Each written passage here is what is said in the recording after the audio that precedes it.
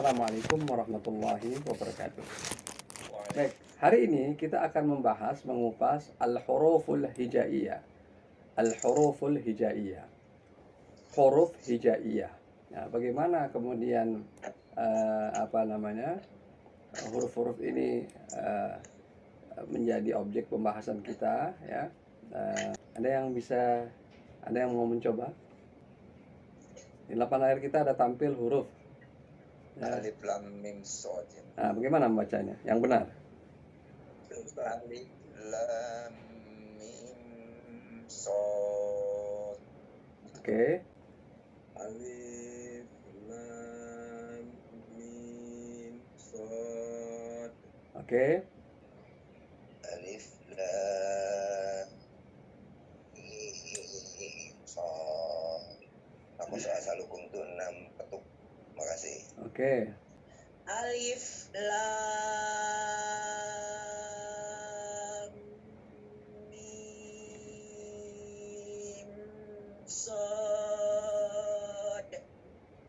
Oke, ya. Baik, terima kasih nih ya. Ya, alhamdulillah dari semua yang telah mencoba belum ada satupun yang sempurna. Tapi mendekati ada ya satu orang. Tapi tidak ada satupun yang sempurna sebagaimana yang dikehendaki di dalam Al-Quran. Ini satu contoh saja, ini mohon maaf ya. Ini kalau kita lakukan sampling ke 100 orang umat Islam, tampilkan huruf yang seperti itu, kemudian mereka disuruh baca, insya Allah dari 100 orang itu 99 atau 98 itu salah membacanya. Jadi kita bisa bayangkan, hatta huruf saja pun ya, kita masih punya masalah yang berat sekali, apalagi sampai bicara Fatihah, bicara soal ini sebagainya. Jadi al-huruful hijaiyah ini sebenarnya kita bicara teori, walaupun nanti saya akan berikan latihannya. Baik, al-huruf itu berasal dari kata al-harf. Al-harf ya, yang akar katanya ha, ra, dan fa. Secara bahasa itu maknanya adalah ujung dari sesuatu, gitu ya. Dan memang ketika umat bangsa Arab dahulu menulis huruf itu, ya, huruf-huruf itu dituliskan dengan sesuatu yang runcing, gitu ya, dan kemudian dituliskan di batu, gitu ya, di pelepah kurma, gitu ya, dan penulisannya kalau huruf Arab itu yaitu dari kanan ke kiri, gitu ya. Nah, kenapa kok bukan dari kiri ke kanan, ya? Nah, ini ada sebenarnya latar belakang historisnya, gitu ya. Nah, kemudian bentuk jamaknya ada dua. Yang pertama huruf, dan yang kedua ahruf. Dan dua-duanya kita temukan di dalam hadits, di dalam Al-Quran, ya. Misalnya tentang bacaan Al-Quran yang terdiri dari ya 7 macam. Rasulullah menggunakan istilah sab'atu ahrufin. Ya, sab'atu ahrufin, 7 huruf, ya. Dan kemudian di dalam Al-Quran ada istilah ya, yang kemudian dari segi dari segi bahasanya membentuk kata ya tahrif, ya tahrif yang berasal dari kata harrafa yuharrifu, seakar dengan kata harf yang artinya mengubah, ya. Yuharrifuna al-kalima amma wadhi'i. Mereka ya para ahlul kitab dahulu itu melakukan tahrif terhadap kata-kata, ya, kalimat maupun kemudian susunan ayat pada ya kitab-kitab terdahulu. Jadi istilah tahrif adalah mengubah. Mengubah ini bisa macam-macam. Bisa mengubah, sekedar mengubah hurufnya. Misalnya huruf sin jadi huruf sad misalnya. Ini contoh ya. Atau sampai mengubah yang lain-lain. Jadi kalau sampai mengubah kalimat itu sudah keterlaluan, ya, amat sangat keterlaluan.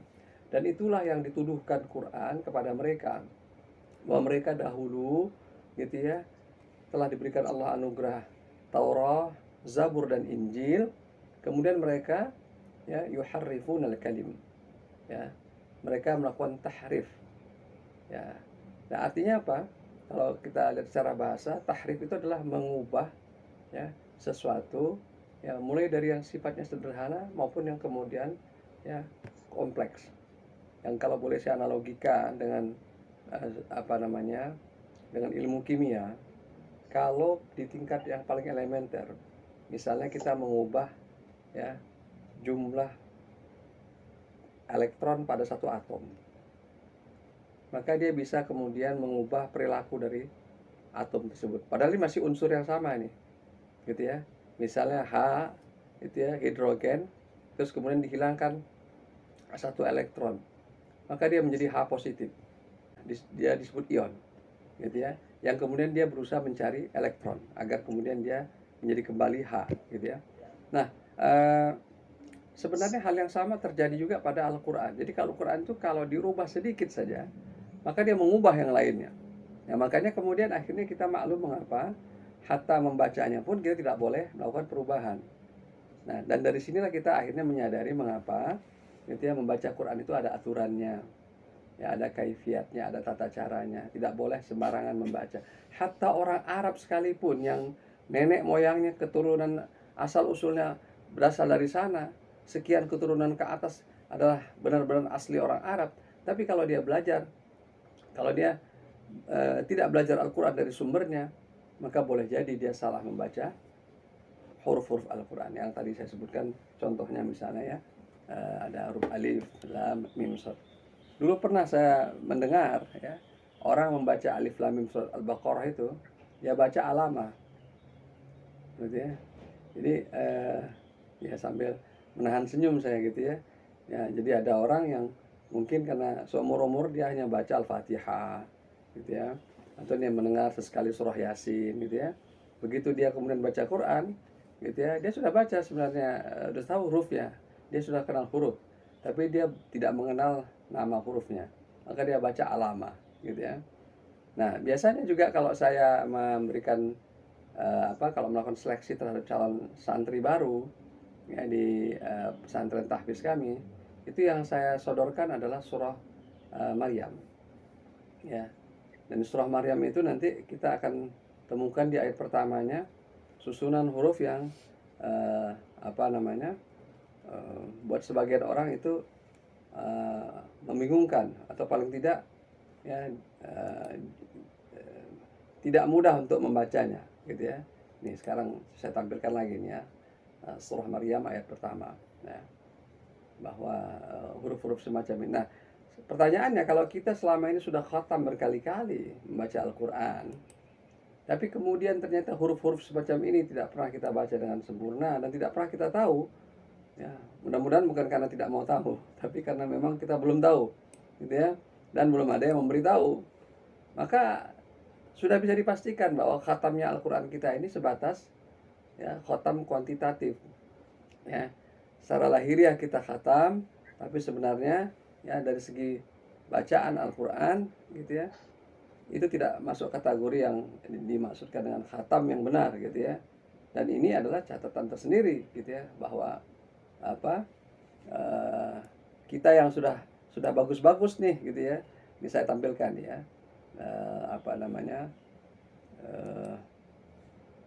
surah Maryam. Ini bahkan hurufnya lebih banyak lagi nih. 1, 2, 3, 4, 5. Ada 5 huruf ini. Ya. Nah, dan bagaimana, ini belum lagi pertanyaan begini. Bagaimana kalau ada orang melanjutkan ayat 1 ke ayat 2, dibaca wasol. Dibaca satu nafas dengan ayat 2. Nah, itu lebih kompleks lagi gitu ya. Nah, jadi jamaah bukan Allah, kembali lagi kepada pengertian al-huruf tadi. Huruf ya adalah bentuk jamak sebenarnya dari kata harf. Jadi dalam bahasa Arab ya itu dikenal dengan istilah harf. Ya, harfun, ha, ya, ra dan fa, harfun. Nah, kemudian bentuk jamaknya huruf dan ahruf. Oke, kemudian yang berikutnya lagi adalah bahwa ya di dalam sejarah bahasa Arab ya, maka huruf ini ya kemudian dikenal dengan istilah. Ada al-huruful hijaiyah, kemudian ada al-huruful abjadiyah. Ya, jadi huruf-huruf yang membentuk kata itu ada dua. Ya. Pertama adalah hijaiyah dan yang kedua adalah abjadiyah.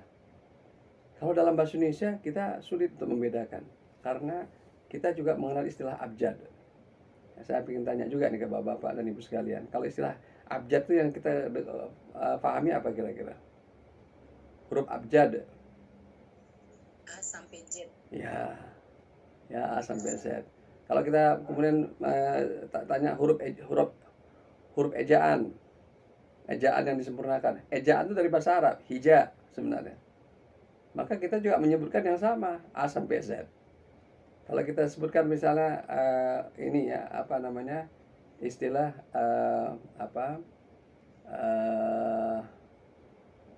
huruf Latin, ya sama juga kita akan sebutkan A sampai Z.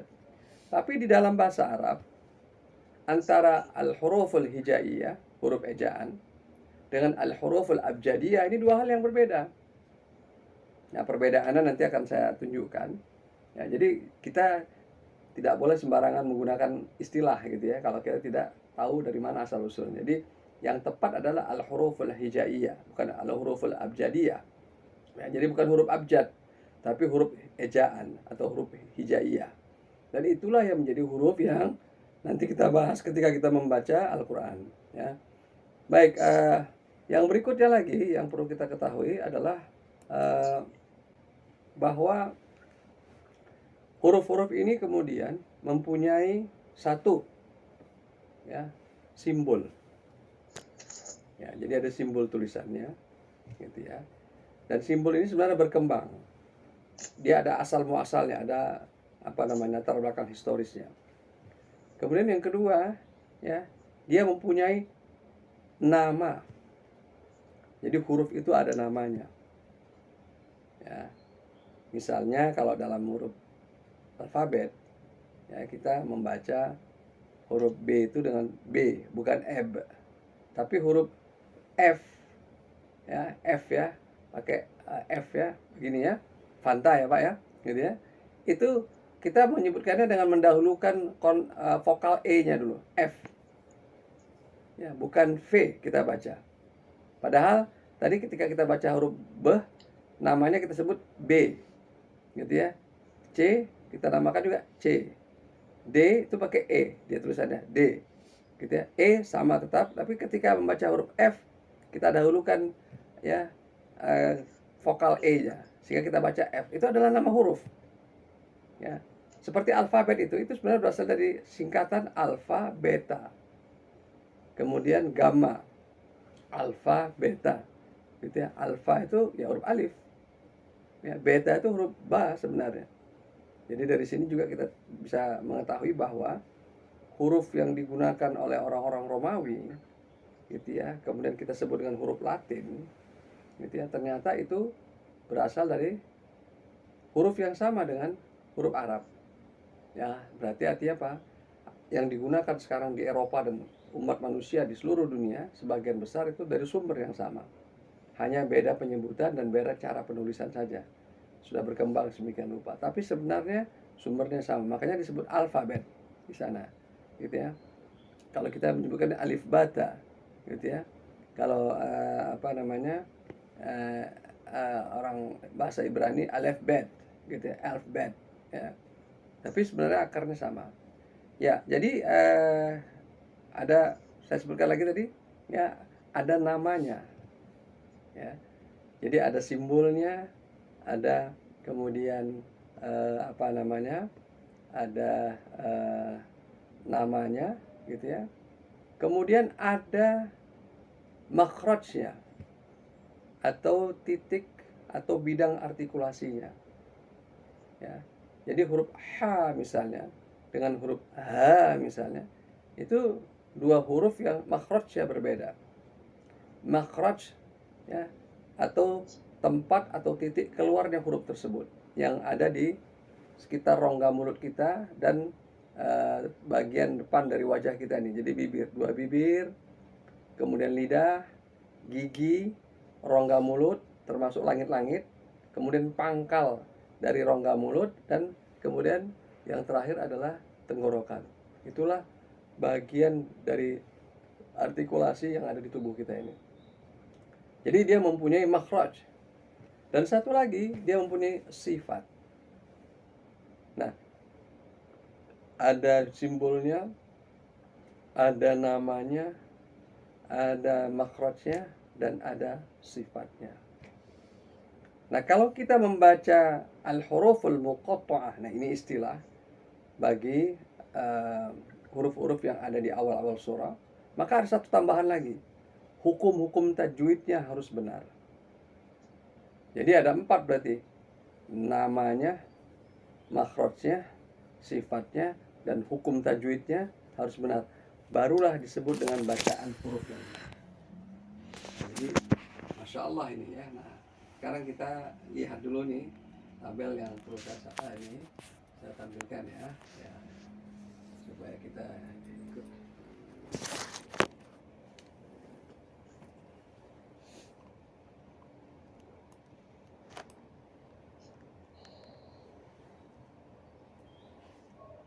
Ya, sekarang saya ingin tahu ini Bapak Ibu sekalian, sekedar ini saja dulu ya. Mungkin ada di antara Bapak Ibu sekalian untuk membaca huruf-huruf hijaiyah yang diingat selama ini ketika belajar dahulu seperti apa. Sebutkan saja, apakah itu membacanya abata saja atau alif bata, terserah. Ya Ustaz. Ya, silakan. Alif, ba, ta, sa, jim, ha, kha, dal, zal, ra. Alif, alif, ta, ta, jim, ha, kha, dal, dal. Ya. Abata sajaha khoda daraja sasyausada tadu'a kufaku kalamana wala ayat. Begitu Ustaz dulu belajar. Oke. Nah, jadi lihat nih, perhatikan nih. Saya cuma ingin mengatakan ya, kenapa kita semua pro ini. Ternyata ya, untuk membaca huruf ini sudah ada perbedaan ini. Gitu ya. Ada tadi yang bacanya yang membaca alif bata saja sebenarnya sudah berbeda-beda itu. Ada yang alifnya pakai pe, alif gitu ya. Ada yang alif dari panjang alifnya gitu ya. Nah, jadi saya perlu sampaikan bahwa berarti kita selama ini belum diperkenalkan dengan asmaul huruf. Nama dari huruf itu seperti apa sebenarnya. Ya, nah, sekarang saatnya kita belajar asmaul huruful hijaiyah. Dan apa dalilnya? Ingat, kalau kita belajar bukan kajian agama yang memang ada syarat tertentu, sekedar kajian ilmiah atau bahkan kajian non ilmiah, maka tidak ada ukuran-ukuran yang berkaitan dengan hal haram. Gitu ya. Kalau di dalam sains atau ilmu pengetahuan yang dijadikan ukuran adalah metode dan metodologinya. Apakah dia saintifik, ilmiah atau tidak saintifik, gitu ya. Kalau dia non sains itu suka-suka kita, gitu ya. Namanya juga dia bukan ranah sains. Tapi kalau kita belajar Quran, maka harus ada dalilnya mengapa huruf itu namanya ini, namanya itu, dan bacanya ini, bacanya itu. Gitu ya. Nah, sebelum itu saya sampaikan, saya pernah meminta mahasiswa-mahasiswa Lipia ya, yang kebetulan kampusnya dekat rumah saya. Lipia ini adalah kampus berbahasa Arab ya. Sebenarnya adalah ma'had yang didirikan oleh pemerintah Saudi ya. Tentu mereka belajar bahasa Arab di sana. Maka kemudian saya minta nih mahasiswa ini untuk membaca al-huruful hijaiyah. Nah, apa yang mereka lakukan ya? Yang mereka lakukan adalah ya membacanya dengan seperti begini nih. Al-alif, ba, ta, sa, dan seterusnya. Gitu ya. Jadi nama huruf itu ditambah hamzah, gitu ya. Nah, apakah itu benar? Kalau konteksnya belajar belajar bahasa, karena bahasa tidak sampai pada taraf halal haram, tidak masalah. Tapi begitu bicara soal kemudian kalau di dalam bahasa yang penting konsensusnya seperti apa. Tapi begitu bicara Al-Quran, maka kita harus dengan dalil. Nah, sekarang saya tampilkan ini. Ya, saya tampilkan ya sebagian dari isi kitab yang membahas tentang ini. Nih ya, al-huruful Arabiyah, huruf-huruf dalam bahasa Arab ada dua jumlahnya, ya, thamaniyatun wa ashrun, ya, jumlahnya 28 huruf, harfan alal abjad, ya. Ini yang paling paling kuat dalilnya, gitu ya. Dengan catatan ya bahwa hamzah ya itu adalah huruf aslinya. Jadi huruf alif itu sebenarnya adalah turunannya. Nah, coba perhatikan di sini. Jadi sebenarnya huruf yang asli itu adalah hamzah kalau menurut penulis ini. Ya, alif itu disebut dengan ya alif layyinah sebenarnya, gitu ya. Nah, nanti kita mengenal bahwa alif itu ada bentuknya macam-macam, gitu ya. Jadi hamzah itulah sebenarnya huruf aslinya, gitu ya. Sementara huruf alif itu, gitu ya, hanya digunakan untuk memanjangkan bacaan yang disebut dengan mad. Nah, yang kalau di Indonesia ya kita menambah baris pada alif itu sehingga dia berbunyi a, i, u, gitu ya. Dan itu sebenarnya kalau kembali kepada bahasa Arab yang orisinil sebenarnya itu tidak ditemukan, gitu ya. Alif itu tidak diberi baris. Dia hanya sebagai huruf yang fungsinya sebagai mad, ya. Nah, kemudian ya dijelaskan di sini ya. Nah, ini bahwa ini adalah huruf alif itu adalah sebenarnya ya far'un, ya. Jadi artinya merupakan cabang, ya, bagian dari huruf hamzah itu. Contohnya adalah dzata, gitu ya. Kama annal wawa, sungguhnya huruf wa juga, ya. Ini huruf asli. Ya, waqafa misalnya. Waw ini huruf asli ini. Ya, jadi hamzah itu huruf asli. Jadi alif itu bukan aslinya. Oke. Kemudian ya, iltazamtu bin nutqil Qur'ani fil huruf, ya. Nah, di sini penulis mengatakan dia mewajibkan ketika menyebutkan huruf Al-Qur'an, ya, namanya itu adalah ha, fanaqul, maka kita mengucapkannya ha, ra, ta, ha, ya.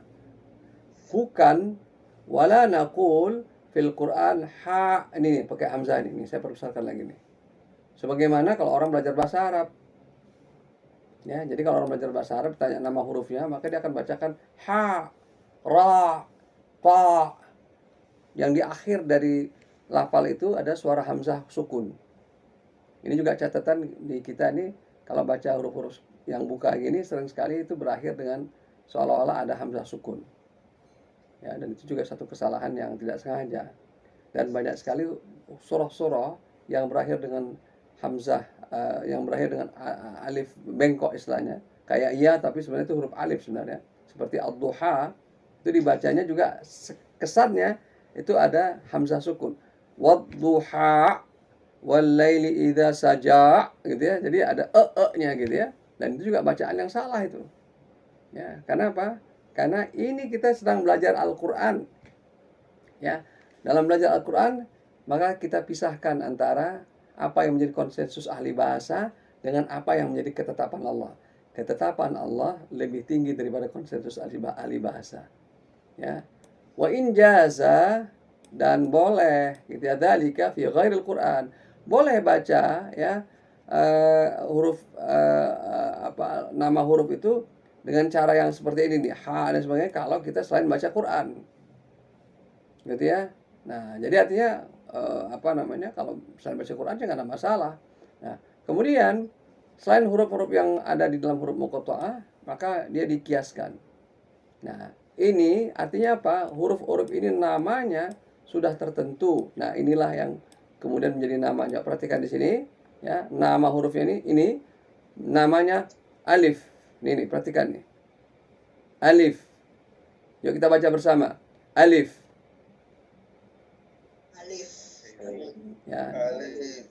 Ya. Hati-hati, tidak boleh baca alifnya panjang. Alif, itu hati-hati. Salah itu. Alif. Alif. Dan huruf wajah kita nih, perhatikan nih. Gigi atas kita ini bertemu dengan bibir bawah kita. Alif. Alif. Ya. Alif. Alif. Ya. Itulah nama yang benar. Jadi kalau kita membaca suratul Baqarah ayat pertama, maka bertemu kita dengan huruf ini. Alif. Alif. Nah, karena kita sudah praktek ini, maka sebenarnya kita sudah tahu gitu ya, atau harusnya sudah tahu gitu ya. Jadi tidak boleh kita namakan dia menjadi alif, ba. Masih ingat nggak kalau masih kecil-kecil dulu kita belajar di madrasah atau di masjid, itu dibacanya panjang ini. Alif, ba, ta, semua begitu kira-kira ya. Atau tadi seperti tadi Bu siapa yang membacanya itu abatah saja. Kemudian dibuat lagu gitu ya supaya mudah mengingatkan. Nah, ketahuilah kalau kita belajar bahasa Arab, it's no problem. Kalau kita belajar misalnya itu lagu-lagu, silahkan. Tapi begitu kita belajar Al-Quran, maka kita harus perkenalkan namanya sebagaimana nama yang telah ditetapkan Allah pada huruf itu. Dari mana nama ini didapatkan? Para ulama menjelaskan dalam catatan kaki kitab ini, gitu ya. Didapatkannya nama-nama ini dari Al-Quran, yakni ya apa itu?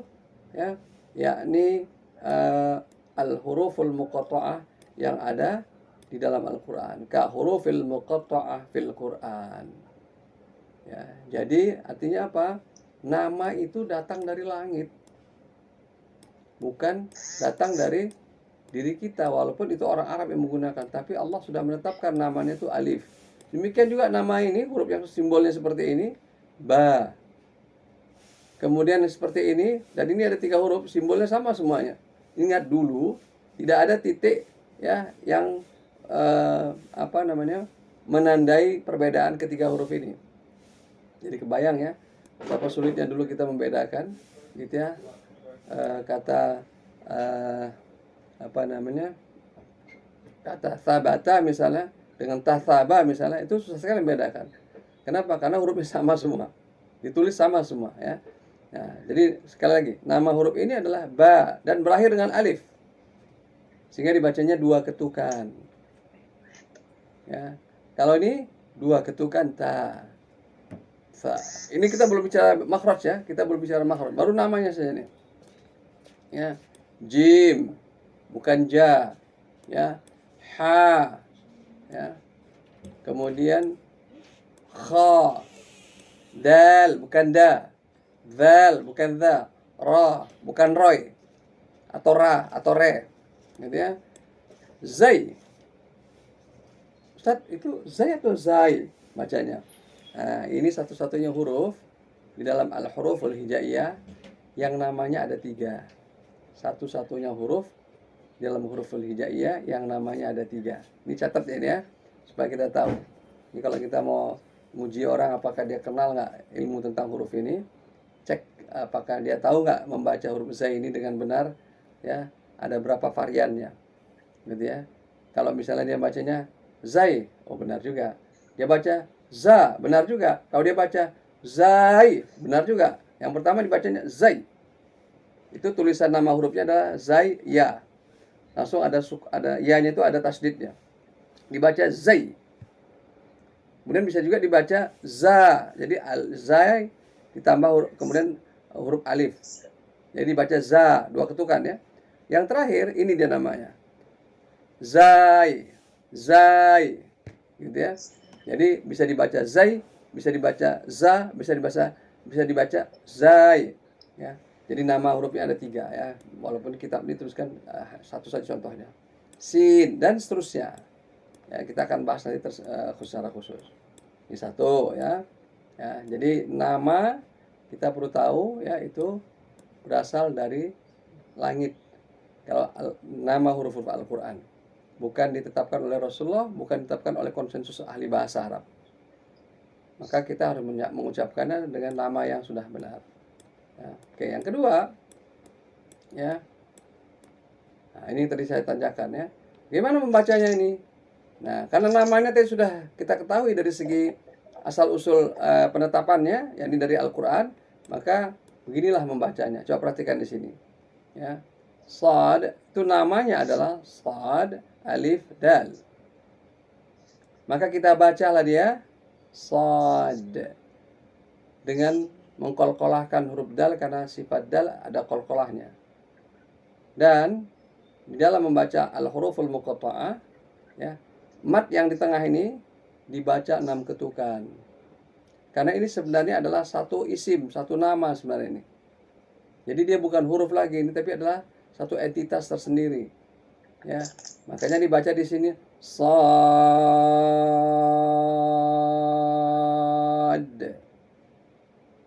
Ya, pertama hurufnya harus benar makhrajnya, benar sifatnya, benar juga hukum tajwidnya. Ya, yang ini bagaimana? Ta, ha, ta dia berakhir dengan alif namanya, ha berakhir dengan alif namanya. Maka karena dia alif ini tidak ada cuma panjang 2 ketukan, maka kita baca Taha, Taha. Nah itu dasarnya sebenarnya. Jadi bukan kemudian kita sekedar mereka-reka ini bagaimana bacaannya gitu ya. Nah, mohon maaf ini bagi jamaah yang pernah belajar dengan metode tertentu membaca Al-Quran, ya saya tidak sebutkan namanya, itu sering sekali terjadi kesalahan pengucapan, penyebutan nama huruf, gitu ya. Dan itu fatal sekali ya, gitu ya, fatal sekali. Karena apa? Karena ketika nama itu salah, maka artinya apa? Ya berarti dari segi bacaan dia juga salah ya. Nah, jadi terbayang oleh kita gitu ya, di dalam Al-Quran ada 29 surah yang punya huruf-huruf tertentu yang menjadi pembuka surah tersebut, gitu ya. Nah, bagaimana kalau sekiranya kita belum tahu, maka otomatis ya 29 itu salah semua itu ya. Nah, begitulah fatalnya ya kalau sekiranya padahal kita sudah tahu tulisannya, kita sudah bisa baca tulisannya, gitu ya. Jangankan kita, orang Arab sekalipun, gitu ya, yang sudah belajar bahasa Arab, itu sangat mungkin salah juga membacanya ini ya. Nah, oke, baik. Sekarang kita lanjutkan sedikit. Nah, ini dia ya. Ini tambahan ya, dari kitab yang ini juga At-Tariq As-Sahih li Makharijil Huruf ya. Ini adalah metode yang benar ya dalam memahami makharijul huruf atau makhraj huruf ya. Nah, di sini dilengkapi nih ya, sedemikian rupa ya. Namanya, kemudian sifatnya apa saja ya gitu ya. Ini sayangnya tulisan Arab, nanti saya akan ini ya, berikan contoh yang dalam bahasa Indonesia. Tapi saya ingin menyampaikan di sini gitu ya, bahwa namanya itu, coba perhatikan sini, namanya nih. Jadi saya bukan dari satu sumber saya mengutip nama huruf itu. Ini alif, coba diperhatikan ba, diperhatikan sini ta, sa. Nah, kenapa sampai sedemikian rupa ini? Karena ketika saya mengajarkan ini, ya, mengajarkan Al-Quran, mengajarkan talaqi, mengajarkan al-huruful hijaiyah, ini saya berhadapan dengan mahasiswa-mahasiswa yang belajar bahasa Arab, bahkan yang dari Timur Tengah, yang mereka lulusan sana. Ketika mereka kemudian mendapatkan kajian semacam ini, tidak sedikit di antara mereka yang kemudian mengatakan, wah Ustaz dari mana sumbernya? Ya, kami nggak pernah belajar seperti itu. Masya Allah nih, jadi orang belajar bahasa Arab ternyata nggak tahu juga yang begini-begini. Karena bukan jurusan khusus mendalami qiraatul Quran ya. Jadi ya, memang akhirnya yang seperti itu tidak dipelajari. Gitu ya. Dan akhirnya apa? Mereka salah baca. Ya, dan mereka ini kelak menjadi para ustadz, para dai, para khatib. Ya, nah, kebayang oleh kita kalau di level orang-orang yang sedemikian rupa kualitas ilmunya saja di dalam masalah seperti ini mereka bisa salah baca, bagaimana kita yang awam ini? Ya, jadi ini adalah PR kita ya. Jadi jangan kita anggap remeh. Ingat di dalam Al-Quran istilah tahrif itu artinya apa? Bermula dari mengubah huruf. Ya, jangan tidak usah jauh-jauh kita bicara soal mengubah kalimat ya. Mengubah huruf saja di dalam Al-Quran sudah tidak benar. Apalagi mengubah kalimat, apalagi mengubah ayat, apalagi sampai mengubah surahnya, sudah jelas itu lebih fatal lagi, gitu ya. Oke. Assalamualaikum Ustadz, untuk membaca huruf Al-Quran yang ilmunya sudah ada ketentuannya, bagaimana akar masalahnya bisa diatasi? Karena pengajian anak-anak memperkenalkan huruf Al-Quran mulai dari belajar Iqra. Dari sisi inovasi belajar tulisan Quran atau huruf Al-Quran ya, apakah itu metode Iqra, qiraati gitu ya, ada lagi metode apa namanya saya lupa ya namanya, ada satu lagi ya yang juga cukup dikenal tuh ya, itu silahkan saja ya. Tapi anak-anak ketika masuk Al-Quran wajib membaca huruf Al-Quran dengan benar, dan dia harus diajarkan. Oleh sebab itu para guru berkewajiban untuk menyampaikan nama huruf itu dengan benar. Ya, jadi supaya melekat dalam ingatan mereka nama-nama huruf yang benar, dan itu kemudian dilatih dengan cara membaca al-huruful muqatta'ah pada awal-awal surah tertentu. Ya, alif, lam, mim, dan seterusnya. Itu kalau bisa 29 surah itu dibaca semua supaya lengkap, komplit ya. Yang mereka baca dari Al-Quran itu sedemikian rupa gitu ya.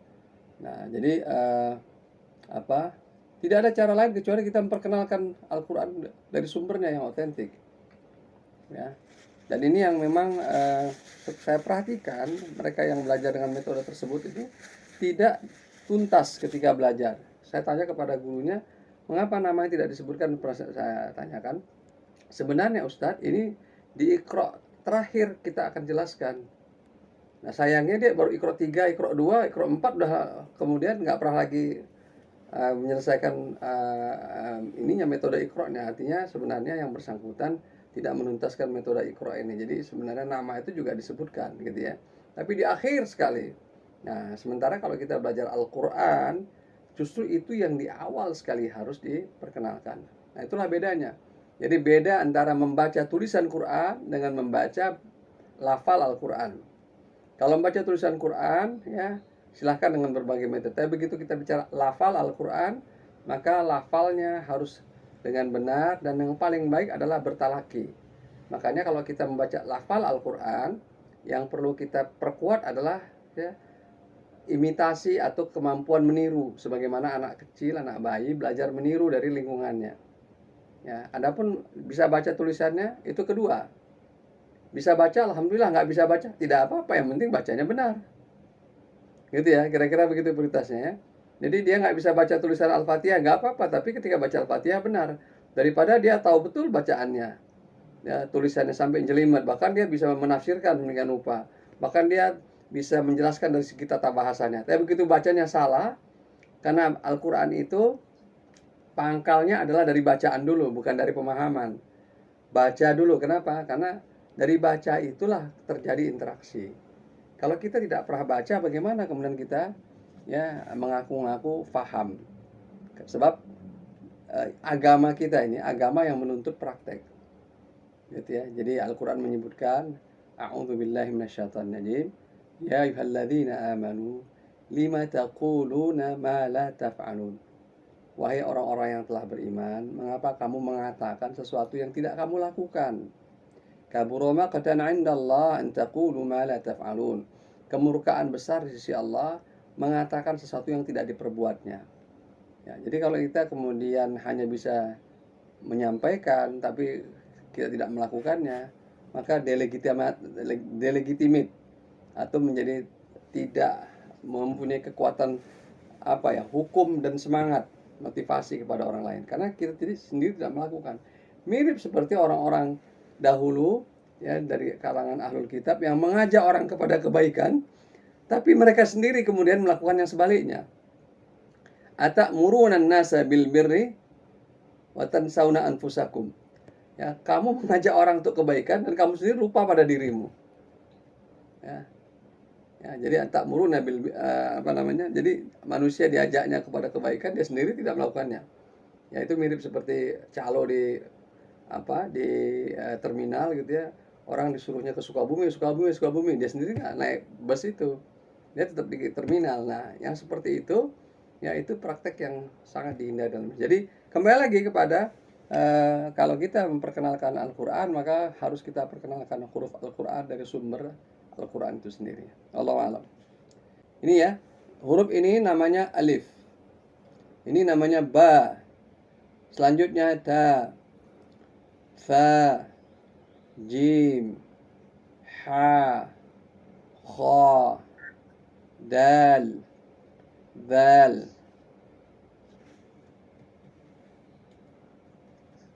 ra. Kemudian huruf ini ada 3 namanya. Zai atau zai atau za. Ya, jadi boleh kita baca zai. Bisa kita baca zai juga bisa kita baca za. Kemudian sin, shin, sad, dad, ta, dha, ain, ghain, fa, qaf. Ingat, qaf ini berakhir dengan fa. Maka bibir bawah kita bertemu dengan gigi seri atas kita. Qaf, kaf. Sama juga dengan qaf ya. Jadi ada hembusan ya. Lam, mim, nun, ha, waw. Nah, ini banyak yang salah baca juga ini. Sering saya dengar bacanya wow. Ya, kalau wow itu bahasa Inggris ya. Wow, awesome gitu ya. Itu bahasa Inggris tuh. Ya, kalau membaca ini ya wow. Nah, orang Jawa membacanya huruf wawu. Ini ada benernya gitu ya. Jadi memang betul itu huruf wawu gitu ya. Tapi namanya sebenarnya disebutkan wow. Jadi wa-nya dipanjangkan dulu. Baru wow gitu ya, bukan wow gitu ya. Kemudian ini ya, dan ini tadi yang saya katakan bahwa ini adalah aslinya.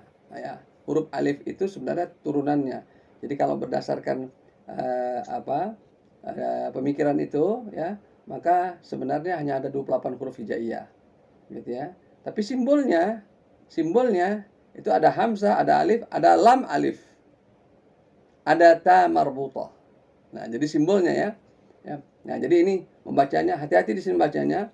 Ini hanya ha besar, hamzah. Kalau kita baca ha, hamzah itu nama orang. Ya, nama orang, ya. Nama orang Hamzah, ya, nama sahabat Rasulullah namanya Hamzah. Ya. Kemudian yang berikutnya adalah, nah ini dia, ya. Jadi apa namanya? Lam alif. Ini juga banyak yang salah baca nih ya. Dulu zaman saya masih kecil saya biasanya tuh dia bacanya begini, lam alif. Lamnya dipendekkan, alifnya dipanjangkan. Seharusnya apa? Lam alif. Kemudian ini adalah ta marbutah. Ya, ta marbutah, ya. Baik, ini adalah nama huruf tertulis. Ya, tapi sebagai nama aslinya hanya ada 28, ya. Nah, jadi ini cara penulis pembacanya. Jadi kalau dibaca ada A-nya dikasih garis, ya ini supaya memudahkan transliterasi sebenarnya, ya. Dibacanya menjadi A gitu ya. Kalau dikasih payung begini dibacanya seolah-olah O. Nah, kenapa saya bedakan dengan O? Karena begini, ini ada huruf-huruf, nama huruf-huruf hijaiyah seolah-olah seperti O. Kita biasanya menuliskan itu sesuai dengan yang kita dengar gitu ya. Nah, padahal dia bukan benar-benar huruf O. Dia bukan O, bukan ko, tapi qaf. Qaf. Ya, bukan ro tapi ro, bukan misalnya dod tapi dad. Jadi bukan o yang benar-benar o seperti o bahasa Indonesia. Makanya saya bedakan ketika transliterasinya, dikasih payung dia begini nih. Ya, coba perhatikan di sini nih ya. Nanti ini kan saya bagikan nih supaya tahu cara bacanya. Coba perhatikan di sini. Ini ketika huruf qaf ini saya kasih payung dia. Ya, kasih payung begini artinya apa? Dia dibaca panjang tapi seolah-olah seperti o. Jadi qaf. Jadi bukan kaf, juga salah juga kalau dibaca a persis. Ya, tapi kalau dibaca qaf, o persis juga salah dia. Dia di antaranya.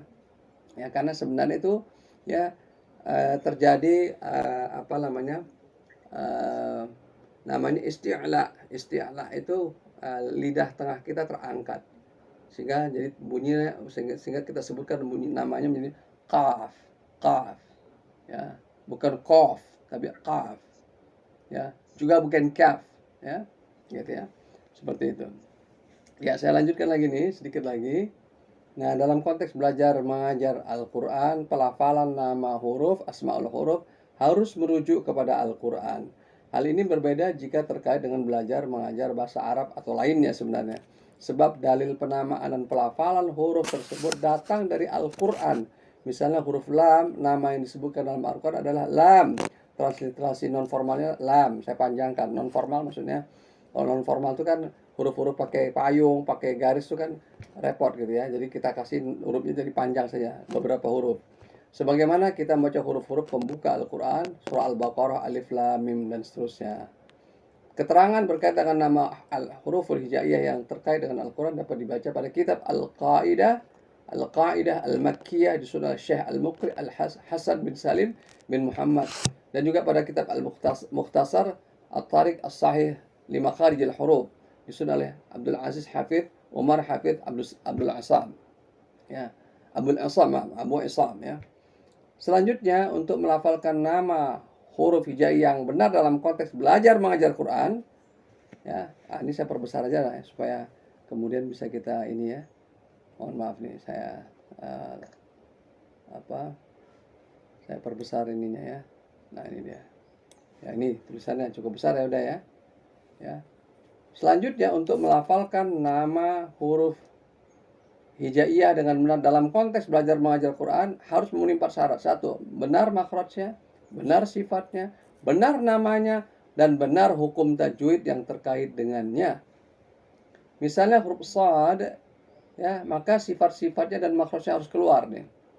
Sifat shafirnya, kemudian ya isti'la'nya, ya, kemudian makhrajnya, ya, di belakang gigi itu ya. Kemudian ya matnya karena panjangnya 2 ketukan, ada qalqalahnya karena berakhir dengan dal. Maka dia dibaca sad. Kalau dalam Al-Qur'an dibaca dalam ketukan dia sad. Jadi seperti itu baru sempurna. Jadi 4 syarat ini terpenuhi. Salah satu gugur, maka salah dia membacanya. Dan inilah yang tadi saya katakan ya di awal ya. Alhamdulillah peserta sudah mencoba, terima kasih. Tapi beberapa ada yang poin 1-nya salah, poin 2-nya, atau ada yang keempat-empatnya begitu ya. Nah, jadi 4-4-nya ini harus sempurna, gitu ya. Seperti itu. Dan kalau kita tidak punya dalil yang kuat, mungkin kita akan sulit untuk menjelaskan, gitu ya. Nah, jadi itu yang menyebabkan kemudian akhirnya apa? Sering sekali ilmu yang benar tadi menjadi tidak diterima. Karena kebetulan mainstreamnya tidak itu. Ya, dulu pernah saya sampaikan, ya talaki ini dulu sangat asing. Karena mainstreamnya bukan talaki. Sekarang orang mencari talaki. Karena mainstreamnya sudah berubah. Ya, alhamdulillah karena edukasi yang berlangsung sekian tahun lamanya, maka orang akhirnya mengetahui bahwa belajar Quran itu yang seperti ini harusnya. Gitu ya. Jadi betapa memang perlu waktu ya agar umat itu mengenal gitu ya sumber otentik agamanya ya, dan kemudian dengan demikian dia juga harus melakukan perbaikan-perbaikan terhadap apa yang selama ini menjadi persepsinya agar kemudian disesuaikan dengan sumber asal dari ilmu itu gitu ya. Dulu kita tidak tahu, maka kita kemudian melakukan hal seperti ini. Sekarang kita sudah tahu ilmunya, maka tentu kita harus memperbaiki sesuai dengan pengetahuan kita terkini. Sebenarnya huruf ini kalau dari segi teori, atau sebenarnya kalau mau kita ingin perdalam dari sisi ya sebut aja mukjizat Quran ya, ada banyak hal yang bisa kita eksplorasi sebenarnya ya. Masya Allah, saya beri contoh misalnya begini ya, kita akan temukan di dalam Al-Quran huruf-huruf Quran itu memenuhi susunan tertentu gitu ya, atau memenuhi jumlah bilangan tertentu, kelipatan tertentu. Buat kita yang punya nalar sederhana saja, mustahil ada manusia yang bisa buat ayat yang begitu acak tiba-tiba begitu disusun ya, kemudian hurufnya pas, jumlahnya memenuhi syarat tertentu gitu ya, dan kok persis sama gitu ya, sangat detail sekali. Nah, itu tidak mungkin kecuali datang dari sesuatu yang maha gitu ya, karena diperlukan super komputer untuk bisa menyusun Quran yang seperti itu. Jadi artinya gini, keaslian Quran itu akan terlihat bukan hanya sekedar dari bacaan, tapi dari susunannya pun kita bisa tahu bahwa ini Qurannya asli atau tidak asli. Sehingga memang akhirnya kita bisa memaklumi bahwa Quran ini akan terjaga sampai hari kiamat. Karena apa? Karena sesungguhnya gitu ya, itu susunan Quran ayatnya ya, hurufnya dan sedemikian rupa, bahkan tulisannya gitu ya, itu semuanya adalah ya bagian dari cara Allah untuk mengunci ya keaslian, keautentikan Al-Quran yang kemudian itu ya akan terjaga sampai hari kiamat. Allah alam bisawab. Silakan kalau ada pertanyaan atau komentar. Assalamualaikum Ustaz. Ya.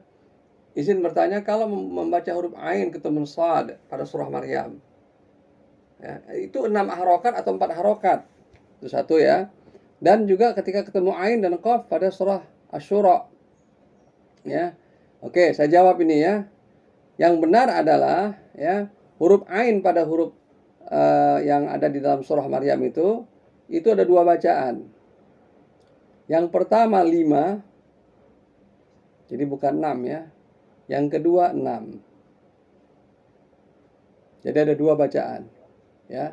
Membaca yang pertama adalah 5 harokat, yang kedua adalah 6 harokat.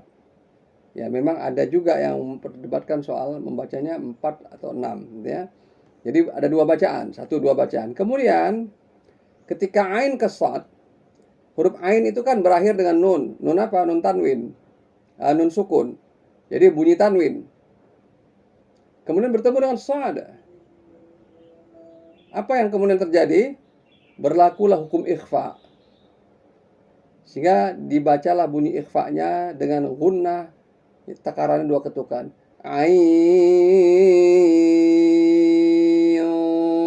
shad. Ain, bukan ain ya. Ain. Ya, ain shad. Ya, ketika itu atau gunnahnya itu kurang lebih 2 ketukan. Ain ya, bukan ain ya. Ain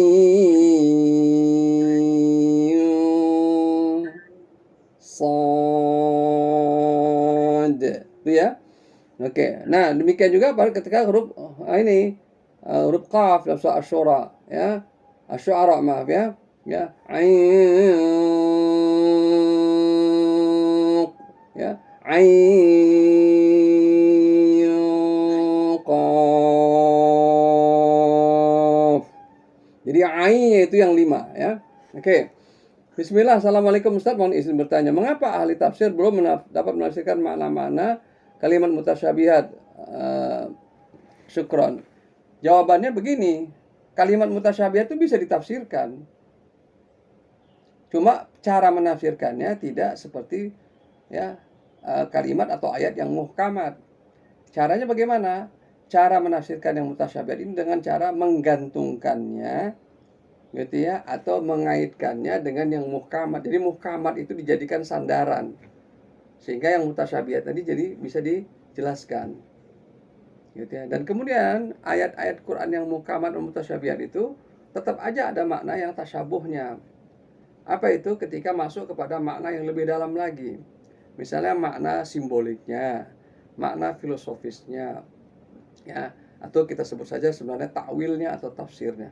Hanya saja para ulama ya memberikan batasan, jangan sampai takwil ini berlebih-lebihan sampai kemudian dia keluar dari konteksnya.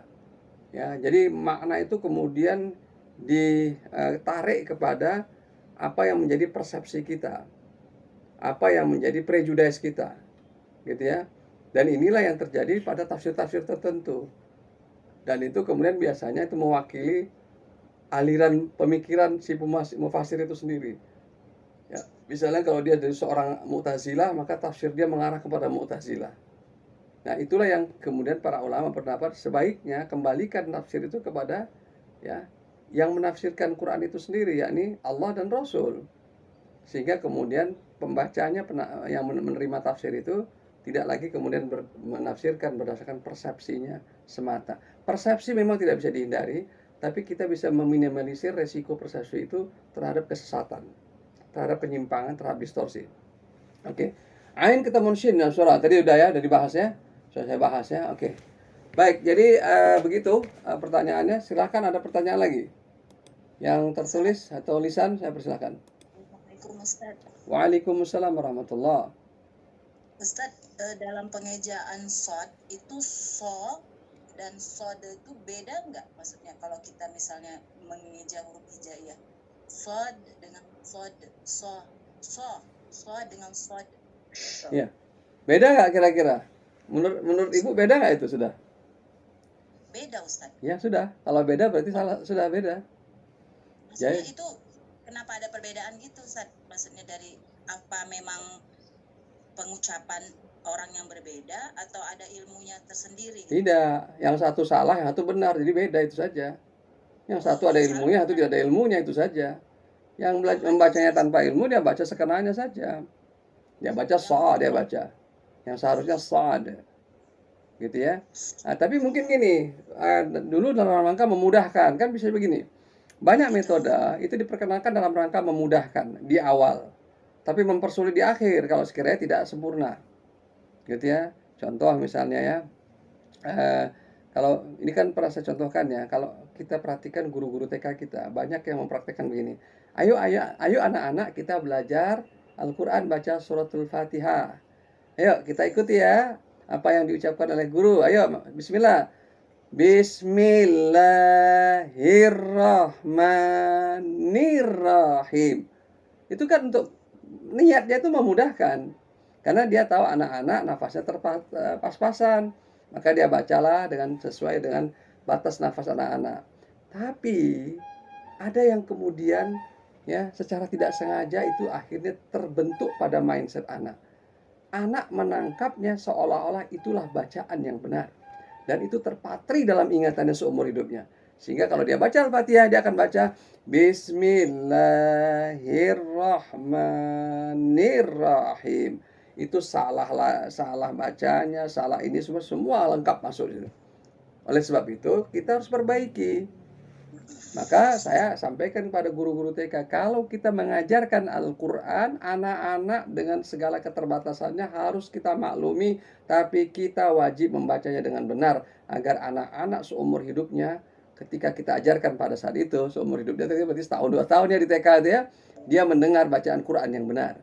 Ayo anak-anak kita belajar baca suratul Fatihah, dengarkan Ustadz atau Ustadzah. Bismillahirrahmanirrahim. Ayo kita baca sama-sama. Dia akan baca Bismillahirrahmanirrahim. Itu di tahun pertama. Umur 3 tahun masih, 4 tahun. Di tahun kedua, Bismillahirrahmanirrahim. Udah mulai, benar. Nanti di SD, kelas 2, kelas 3, dia akan baca Bismillahirrahmanirrahim. Kenapa? Karena ya alat-alat artikulasinya sudah sempurna. Kemudian otak kirinya sudah terbentuk dengan baik. Maka keluarlah Al-Quran yang fasih. Dan itu kemudian melekat erat dalam ingatannya. Mungkin akan dibawa sampai matinya. Tapi kalau sejak awal kita salah mematrinya, itu memperbaikinya susah banget ya. Saya terus terang pengalaman kalau ngajar, mohon maaf nih, terutama ibu-ibu nih kalau Al-Fatihah pasti lagunya masih lagu lama. Bismillahirrahmanirrahim ya, karena itu yang diajarkan dahulu masih kecil-kecil. Nah oke, yang sudah dilakukan dahulu kita anggap aja itu adalah sebagai amal jariah, amal salih orang-orang terdahulu. Tapi begitu kita tahu ilmunya sekarang, maka kita perbaiki agar kemudian kita tidak mengulangi dan meneruskan kesalahan ini dan merepotkan kita di masa yang akan datang. Jadi kalau ditanya yang mana yang benar, ya yang benar harus dari sumbernya. Kembali lagi kalau kita belajar Al-Quran, bahkan nama huruf pun kita harus tahu dalilnya. Nama huruf saja kita harus tahu dalil, apalagi membacanya. Ya, jadi terbayang oleh kita betapa sangat telitinya ya Al-Quran ini dijaga ya dari segi apapun. Gitu ya, dari segi hafalnya aja, apalagi dari segi tafsirnya sebagainya. Wallahu a'lam bishawab. Karena ilmu ini insya Allah sangat bermanfaat ya, terutama pada mereka-mereka yang memang menekuni ya belajar mengajar Al-Quran ya. Memang seharusnya ya guru-guru kita, guru TK, imam-imam masjid gitu ya, guru-guru tahsin ya, itu harus punya standar ya. Mudah-mudahan sih mereka belajar dari sumber yang lain ya, tapi intinya adalah kajian yang saya sampaikan ini dalam rangka sebenarnya menjadi dasar bagi mereka kalau mengajarkan Al-Quran, mengajarkan qiraatul Quran, itu harus dengan sumber yang benar-benar solid, sehingga kalau ada orang yang bertanya soal sumbernya, membantahnya, ya berargumentasi, dia akan tetap kokoh. Karena apa? Karena ya mempunyai sumber yang kuat. ya, sehingga tidak terbantahkan dan tidak kemudian tergoyahkan gitu ya dengan berbagai pertanyaan atau komentar, atau bahkan mungkin juga dengan dalil-dalil yang lain. Tadi seperti saya contohkan tadi, saya ketika mengajarkan ini saya berhadapan dengan orang-orang yang belajar bahasa Arab, yang bisa bahasa Arab, yang datang dari Arab, yang dari Timur Tengah, yang kemudian hatta mereka yang belajar seperti itu saja pun ternyata ada yang baru tahu. Artinya apa? Mereka belum belajar hal-hal semacam ini gitu ya. Sementara masyarakat punya persepsi kalau dia udah bahasa Arabnya mahir, bisa baca kitab kuning dan sebagainya, maka mestinya dia tahu dong gitu ya. Ternyata belum tentu ya. Kalau dia tidak belajar ya maka dia tidak tahu. Sama seperti begini, orang yang pakar ilmu fisika belum tentu dia ahli biologi ya, tapi secara umum dia punya mindset saintifik gitu ya. Nah, seperti itu juga kita memahami para alim kita, ulama kita. Ya, dia kalau sekiranya pakar di bidang tafsir, maka belum tentu dia mengetahui gitu ya cara baca Quran dengan benar. Ingat, banyak ahli tafsir yang baca Qurannya dia tahu bahwa dia nggak bisa baca dengan benar. Tapi kemudian dia ya kepakaran adalah ahli tafsir. Nah, yang seperti ini adalah kita harus hargai keahliannya sesuai dengan yang Allah berikan kepadanya. Tapi begitu bicara soal keilmuan tertentu ya kita harus bertanya kepada sumbernya. Baik, ini ada pertanyaan lagi apa ya sedikit ya. Ustadz mohon izin bertanya lagi lebih dahulu belajar sifat huruf atau tajwid. Nah, ini dia. Mana yang lebih dulu? Kita belajar huruf dengan sifat huruf yang tadi itu atau tajwid? Jawabannya adalah kalau belajar talaki, kita belajar praktek. Itu yang didahulukan. Nggak ada teori. Ini kan kita udah pertemuan kesekian ini. Baru ada teori seperti ini. Kalau kita ikuti lagi ini, kita ulang lagi ini talaki online ini nanti akan saya buat lagi kelas baru yang dari nol lagi gitu ya. Maka tidak ada di awal tuh praktek, tidak ada di awal tuh teori. Peserta harus langsung praktek, naik sepeda, langsung praktek naik sepeda, atau langsung praktek berenang, langsung diceburkan ke kolam renang. Nah, kemudian barulah dia belajar teori berenang belakangan. Setelah dia bisa berenang, bisa mengapung, baru dia diajarkan, ini loh teorinya, gitu ya. Nah, dengan cara seperti itu artinya apa? Artinya apa? Kalau belajar Quran ini, yang diutamakan itu adalah amaliyahnya. Nah, amaliyah yang diutamakan. Gitu, agar orang kemudian langsung in action. Gitu ya. Oleh sebab itu, guru harus menjadi model. Agar orang kemudian bisa meniru amaliyah yang paling praktis yang bisa dia lakukan. Jadi itu caranya. Nanti teori belakangan, ya. Nanti huruf misalnya gini, Ustadz nih kalau baca huruf ini selalu begini bacanya. Coba anak-anak kita baca ini ya, ba, da. Ini Ustadz nih kok selalu begini ya. Nah, kita bertanya, Ustadz kok bacanya nggak begini? Ustadz selalu begitu. Nah, keluarlah teori ya. Nah, itu teorinya belakangan. Pun kalau kita tanyai itu, kalau nggak kita tanyai teorinya mungkin barangkali nggak sempat dijelaskan. Tapi yang penting adalah membacanya benar kita. Mengamalkannya benar gitu ya. Nah, seperti itu kira-kira ininya ya, prioritasnya. Jadi memang di dalam ilmu talaki, dalam talaki Al-Qur'an ini yang diutamakan itu adalah keselamatan seseorang dalam beragama. Sebelum dia tahu ilmunya, yang penting prakteknya benar. Dan praktek benar ini bisa di shortcut dengan cara apa? Dia belajar meniru. Makanya coba perhatikan, seseorang yang tidak tahu baca Quran, bacaan sholat dengan benar, tapi dia bermakmum, kan dia niru gerakan sholat imam sebenarnya. Bacaannya pun barangkali belum sempurna, sudah dapat sholatnya, sudah cukup bagi dia kemudian sholat itu. Kenapa? Karena dia bermakmum ya. Jadi dia sudah mempraktekkan walaupun dengan ilmu yang terbatas. Jadi luar biasa dalam Islam itu. Ilmu bukan tidak penting, tapi ilmu bukan yang menjadi paling awal. Yang paling awal itu adalah keimanan. Keimanan, kemudian action, baru tambah ilmu. Gitu ya. Nah, kemudian ilmu ini akan meningkatkan lagi kualitas keimanan, kualitas action, tambah lagi ilmu. Terus begitu siklus kita. Ya, makin lama makin bagus kemudian action kita, karena ilmu kita makin baik gitu ya, makin banyak, makin lama makin sempurna gitu ya. Dan iman kita harusnya juga makin tinggi. Kenapa? Dengan tambahnya ilmu, tambah bukti, maka kita kemudian tambah yakin, sehingga ilmu iman kita bukan sekedar iman, tapi iman yang kemudian dilengkapi dengan keyakinan. Gitu ya. Dan artinya apa? Seharusnya ya taklim atau majlis-majlis taklim itu menambah keimanan dan menambah kualitas hidup. Jadi kalau majlis taklim sekedar hanya nambah ilmu tapi nggak nambah kualitas hidup, sayang. gitu ya, majlis taklim atau majlis ilmu itu harus menambah kualitas hidup. Sehingga sekian tahun kita ngaji, sekian tahun pula kita mendapatkan ilmu, dan kemudian itu mengubah pemahaman kita, mengubah praktek kita beribadah, dan meningkatkan kualitas iman kita. Makin dekat kita kepada Allah. Kenapa? Karena ilmu kita makin dalam. Allahu a'lam bishawab. Jadi kalau soal dakwahnya ini bagaimana, maka kita kembalikan kepada cara dakwah Rasulullah, cara dakwah Al-Quran. Bil hikmah wal mau'idhatil hasanah wajadilhum billati hiya ahsan. Pertama bil hikmah. Bil hikmah itu artinya kita memberikan keteladanan, kita memberikan dulu semangat, atau kita bisa juga pertama adalah mudah dulu berkomunikasi, kita diterima.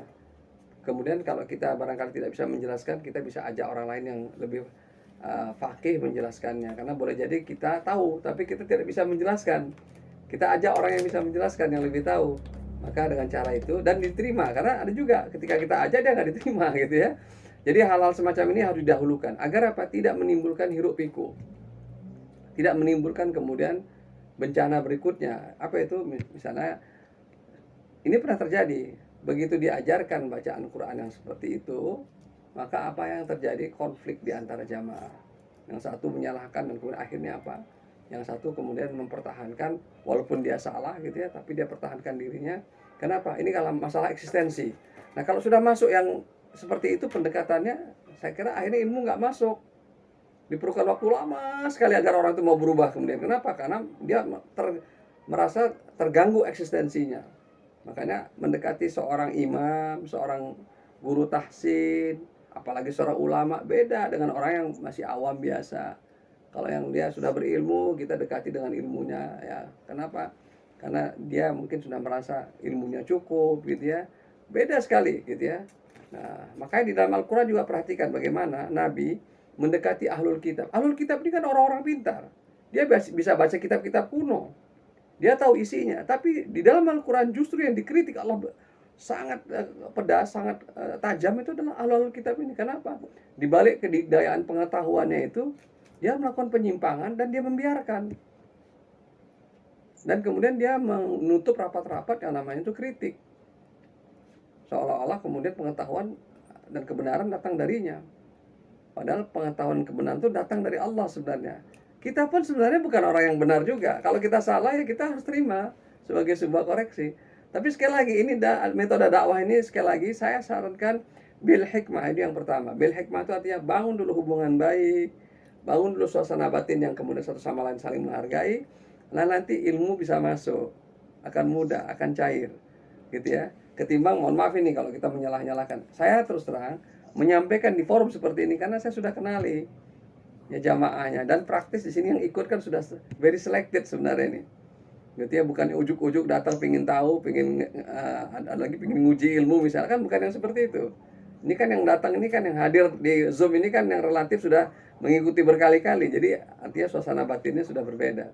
Tapi kalau di majelis yang umum sifatnya, apalagi di khutbah Jumat, nggak pernah tuh saya sampaikan. Kalau saya sampaikan di khutbah Jumat, selesai khutbah heboh langsung jamaahnya. Bisa gempar jadi satu masjid. Dan akhirnya apa? Bukan masalah, bukan solusi yang kita berikan, tapi masalah yang justru malah memberatkan. Kalau kita ada solusinya. Kalau misalnya begini, Ustadz hanya bisa menyalahkan bacaan kami. Mana yang benar? Mana yang mudah itu? Ternyata saya nggak bisa mengajarkan. Atau saya tidak bisa menyediakan gurunya. Itu artinya apa? Kita hanya bisa membuka masalah, tapi kita tidak bisa memberikan solusi terhadap masalah. Jadi di sini perlu hati-hati, gitu ya. Tapi sekali lagi, mari kita bersama-sama. Ini bukan pekerjaan sendirian. Oke, kita tutup dulu dengan bacaan doa kafaratul majlis. Subhanakallahumma wa bihamdika, asyhadu an la ilaha illa anta, astaghfiruka wa atubu ilaik.